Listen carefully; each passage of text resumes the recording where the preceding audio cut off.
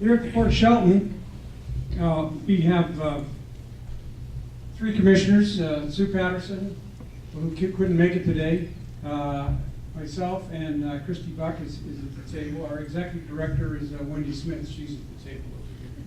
We're glad to have them. We have three properties that we manage, own and manage. One is Johns Prairie, and that's up right across the street from the PUD 3 headquarters. Up there, we've had CURB funding. CURB is Community Economic Revitalization Board funding for major projects up there. We overhauled one of the old Simpson Mill, two of the old Simpson Mill buildings up there. One is now occupied by Lynch Creek Farms. Andy Hunter has one of them. The other is just finishing completion now, and we're going to put some tenants in there. It's the old planer mill portion of it up there. We had another curb project for $2 million with Belco Forest Products, and they're going to build a new building, and they're going to add 25 to 40 employees in the next 5 years. Johns Prairie offers lots of open area for expansion. We have the infrastructure is in place. There's sewer, water, and power there. Our next property is the Oakland Bay Marina. Currently, we have around 100 tenants at the Oakland Bay Marina in boathouses and open slips. We've held, this year we held four community forums to discuss how to go forward with the marina.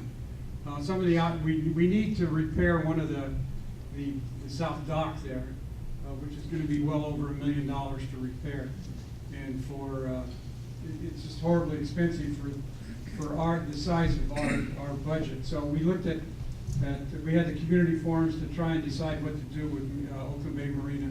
No decision has been made yet. We've had an appraisal made. We need to get a confirming appraisal of the port, and then we'll open it up to the public and tell you what we see and what we would take input on what we should do. In that area, we're in partnership with the Squaxin Tribe, Simpson, and SPI to revitalize South Oakland Bay. And they're going to try and recreate salmon habitat and enhancements down there, and it's a multi-million-dollar project. It will start next summer. It's going to include capping off some of the polluted lands, or the contaminated lands that are off the old mill site there, recreate some estuary down off Goldsboro Creek and the Shelton Creek area.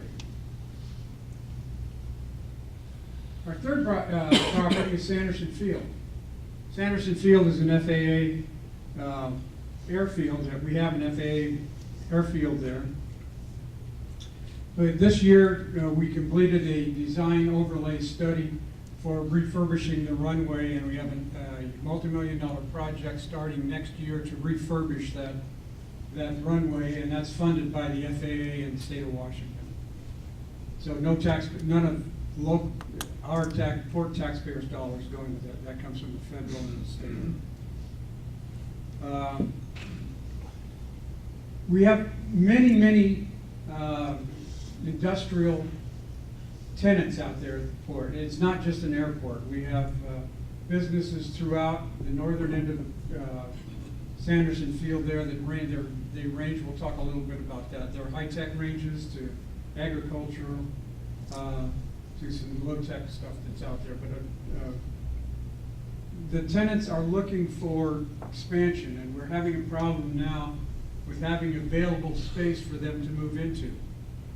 We are full. We are 99% full at the Port of Shelton right now. So we're looking to expand and build some new buildings so that our tenants can expand and we can attract more businesses to the area. The former fairgrounds, which is on the south side of the runway,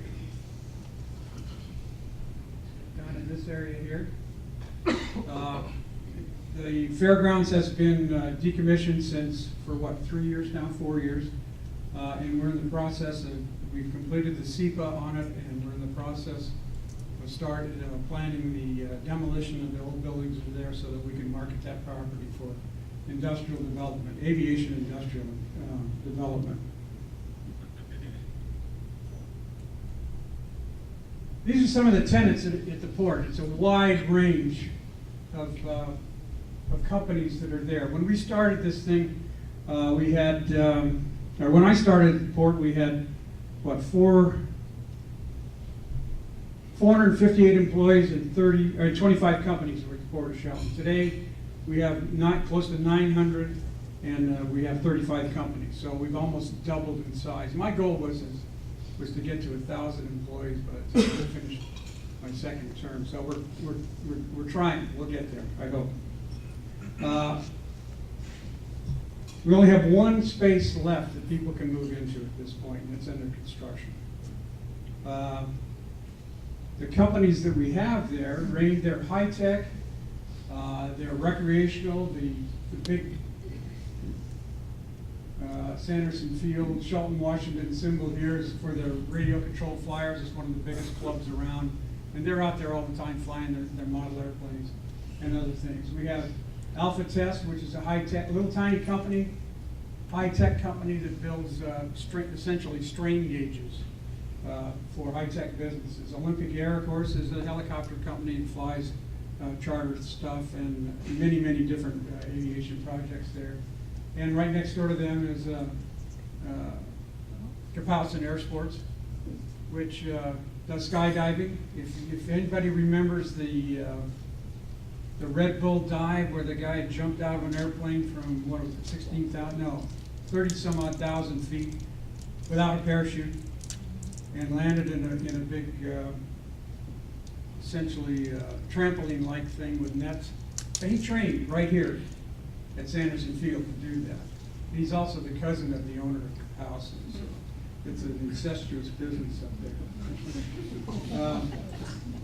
But there's a wide, Brothers United, Forest Products Industries,